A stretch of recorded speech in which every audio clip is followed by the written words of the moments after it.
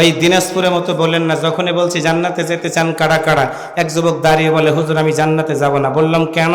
কয় হুজুর আমি তো বিড়ি খাই, জান্নাতে গেলে আগুন পাবো কোথায়? এরকম তো কেউ নাই। চাকরি করে 10,000, 3টা ছেলেকে বিদেশে লেখাপড়া করায়, বেতন কোথায় থেকে পায়? রাষ্ট্রের টাকা চুরি করে। চোরের ছেলে কোনোদিন ভালো হতে পারে না। বিদেশে চুরি করে লেখাপড়া করে দেশে আসার পরেই ওই পিতামাতাকে বৃদ্ধ বয়সে বৃদ্ধাশ্রমে পাঠায়। আমরা কি চাই আমাদের সন্তানগুলো আমাদেরকে বৃদ্ধাশ্রমে পাঠাক? যদি না চাই তাহলে ফিরে আসুন কোরআনের দিকে, ফিরে আসুন আল্লাহর দিকে, ফিরে আসুন আল্লাহর নবীর তরিকার দিকে। আমি সুন্দর করে জানাই দিলাম, দ্বীনি শিক্ষার আলো যত ছড়াই দিবেন, মজার বিষয় হলো দুনিয়াতে শুধু শান্তি পাবেন না, আখেরাতের আদালতে আপনার সন্তানের সুপারিশের কারণে আল্লাহ আপনাকে জান্নাত দিয়ে দিবে। আপনারা কি জান্নাতে যেতে চান? একসাথে বলেন যেতে চান? মাদ্রাসায় শিক্ষকতা করে, মসজিদের ইমামতি করে, বেতন 6,000, কিন্তু আল্লাহ তাআলা বরকত দিয়ে ভরপুর করে রেখে দিয়েছে। তাহলে যদি জান্নাতে আমরা যেতে চাই, শুধু নিজে যাব না, আমি যাব, আমার সন্তানাদি যাবে, আমি যাব, আমার পরিবার সহ জান্নাতের ভিতরে যদি নিতে চাই, জবান খুলে বলুন তো দুনিয়াতে একটা জিনিসই মানব, তার নাম? আরেকটু জোরে বলেন, তার নাম? কথাটা বলেছেন কে? একসাথে বলেন, কথাটা বলেছেন কে? তাহলে আসুন সে আল্লাহর কথাটা একটু শুনি। আমার দিকে তাকাবেন। মুসলমানদের মাথা নিচু হয় না। ফাঁসির মঞ্চে মুসলমানের যায় মাথা উঁচু করে, আর চোরেরা জেলখানার ভিতর থেকে কোর্টে আসে মাথা নিচু করে। কথা বলেন ঠিক না ভাইয়েরা?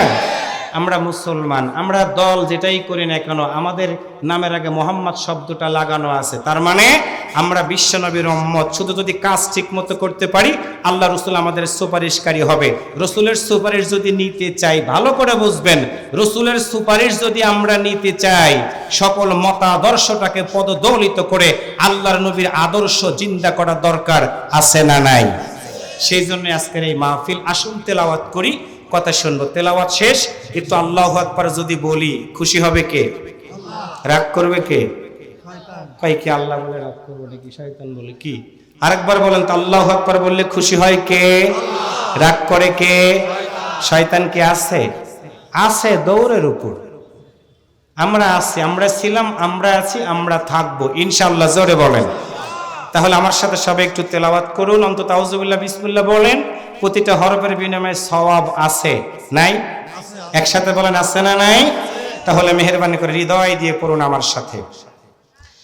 আউযু বিল্লাহি মিনাশ শাইতানির রাজীম। বিসমিল্লাহির রাহমানির রাহিম।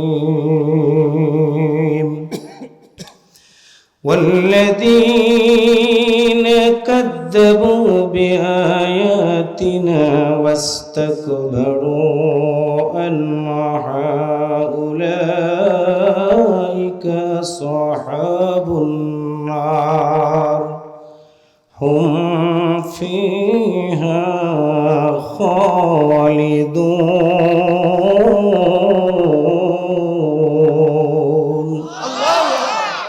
সম্মানিত নাটোরবাসী, বিশ্বনবী সাল্লাল্লাহু আলাইহি ওয়াসাল্লামের মক্কি জিন্দেগিতে সূরাটি নাজিল হয়। 40 বছর বয়সে বিশ্বনবী কোরআন পেয়ে গেল। কোরআন পাওয়ার আগ পর্যন্ত আল্লাহর নবীর জীবনে কোনো শত্রু ছিল না। আল্লাহর নবী পেয়ে গেল কোরআন। হেরা পর্বতের গুহায় গিয়ে যখন মালিকরে ডাক দিলেন, মালিক তুমি কি বলবা না কন্যা সন্তান জীবন্ত গলা টিপে হত্যা করে দেয় আরবের মানুষগুলো? এইভাবে যদি কন্যা সন্তান জীবন্ত হত্যা হয়, পৃথিবীতে মানুষ নামক কোনো মাস্ত তো পৃথিবীতে আসতে পারবে না। আল্লাহ তুমি কি বলবা না, বলবা না, বলবা না? মানুষ যদি না থাকে ইবাদত করবে কেমন করে তোমার মতো আল্লাহর? অন্যায় ছিল, রাহাজানি ছিল, ডাকাতি ছিল, ধর্ষণ ছিল।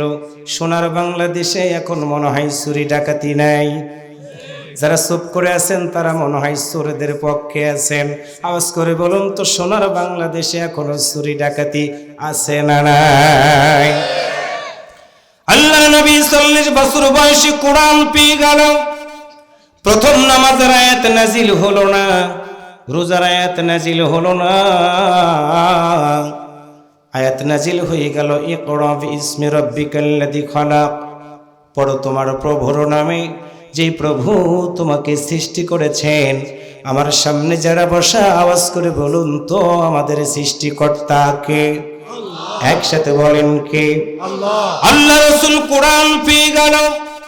আবু জাহেলের দলের লোকেরা যখনই জেনে গেল নবী আমার পেয়ে গেছে কোরআন, আরবের লোকেরা একজোট হয়ে, জোট আজকে নতুন না, নতুন না, নতুন না, তখন কিন্তু জোট করে আবু জাহেল উতবা সাহেবরা ঘোষণা দিয়ে বলল, আব্দুল্লাহর বেটা এতদিন ছিল তুমি আল আমিন, 40টা বছর পর্যন্ত কোরআনের দাওয়াত দেওয়ার কারণে বুঝতে পারলাম তুমি এখন পাগল হয়ে গেছো। আপনারা বলেন তো আল্লাহর নবী কি কখনো পাগল ছিলেন? কি দাওয়াত দিয়েছেন আল্লাহ বলে দিলেন, ওয়ামান আহসানু কাওলাম মিম্মান দাআ ইলাল্লাহি ওয়া আমিলা সালিহান ওয়া ক্বালা ইন্নানী মিনাল মুসলিমিন।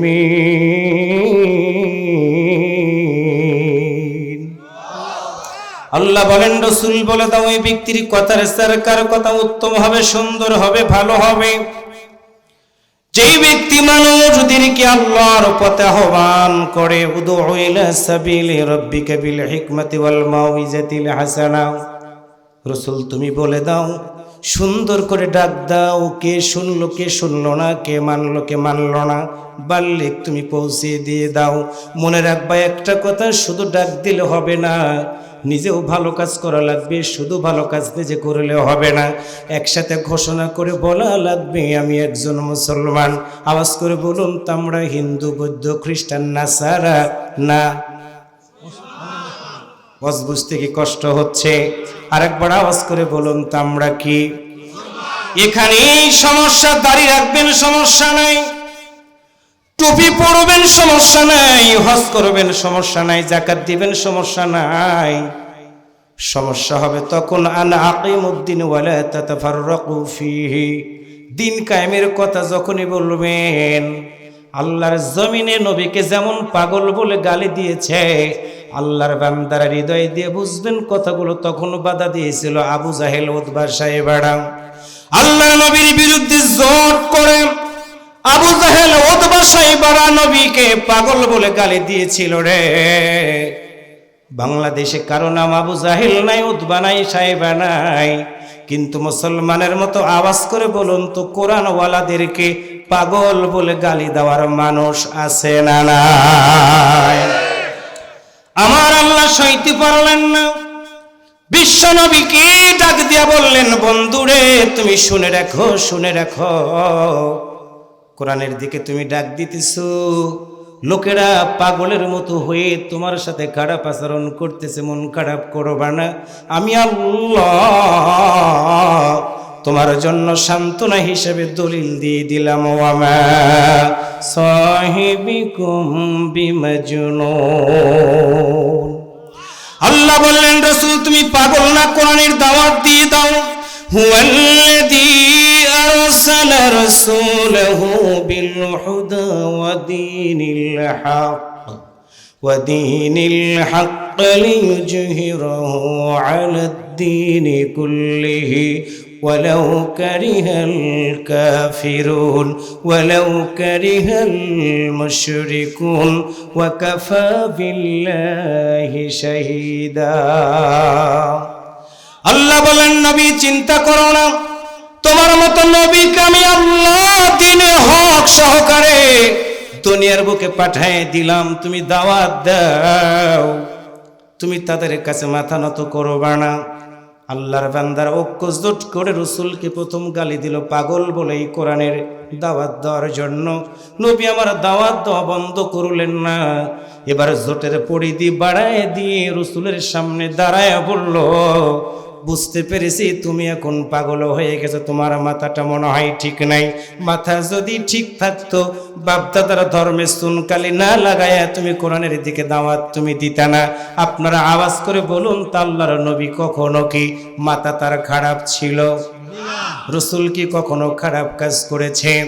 আল্লাহ বললেন বন্ধুরে না না না, আরবের লোকেরা সবাই যদি একত্রিত হয়ে তোমার মতো নবীকে খারাপ ভাষায় গালি দেয়, তুমি চিন্তা করবা না, আমি আল্লাহ তোমার জন্য সান্ত্বনা দিয়ে আয়াত নাজিল করে দিয়ে দিলাম।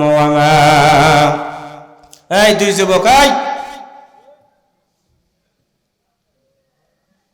বীরের নেশা উঠে গেছে মনে হয় নাকি? বাবা উঠছো কেন তুমি? আমি তো উঠবো, 12টা বাজলে আমি উঠবো, অসুবিধা কোথায়? একটু অপেক্ষা করো। নাম দিয়েছো তাফসির মাহফিল, কোরআন শুনতে ভালো লাগে না, কারণ কি? ওয়াজ মাহফিল তাহলে দেওয়া লাগতো। কারণটা হচ্ছে যে তাফসির মাহফিল নাম দিলে কোরআন টু কোরআন আলোচনা করতে হবে, কোরআন টু কোরআন আলোচনা শুনতে হবে। কথা বলেন ঠিক না ভাইয়েরা?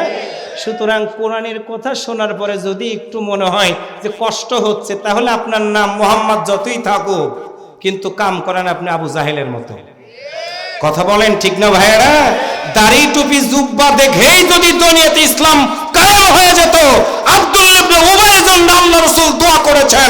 আল্লাহ বলেছেন একবার না, দুইবার না, 70 বার যদি দোয়া করো তোমার দোয়া আল্লাহর দরবারে কবুল হবে না। এগুলো বুঝতে হবে ভাই, এগুলো জানতে হবে। কোরআন শোনার পরে আপনার ভাল লাগে না, কি ভাল লাগে সেখানে যান। সোজা হবেন সেদিন। কোন দিন? যেদিন আল্লাহ বলবেন কুল্লু নাফসিন যায়কাতুল মাউত সুম্মা ইলাইনা তুরজাউন। আমরা কি বলবো? মিনহা খলাকনাকুম ওয়া ফিহা নুঈদুকুম ওয়া মিনহা নুখরিজুকুম তারাতান উখরা। কবরের ভিতর লাশ নামানো হবে। আমরা যখনই বলবো বিসমিল্লাহি ওয়া আলা মিল্লাতি রাসূলিল্লাহ, রাসূল বলবে ফালাইসা মিন্নি। ওই দিন কেমন লাগবে মিয়া? কোরআন বাদ দিয়ে অন্য আদর্শ, কোরআন বাদ দিয়ে কোরআনের বিরুদ্ধে আন্দোলন, কোরআন বাদ দিয়ে কোরআনের বিরুদ্ধে সংগ্রাম।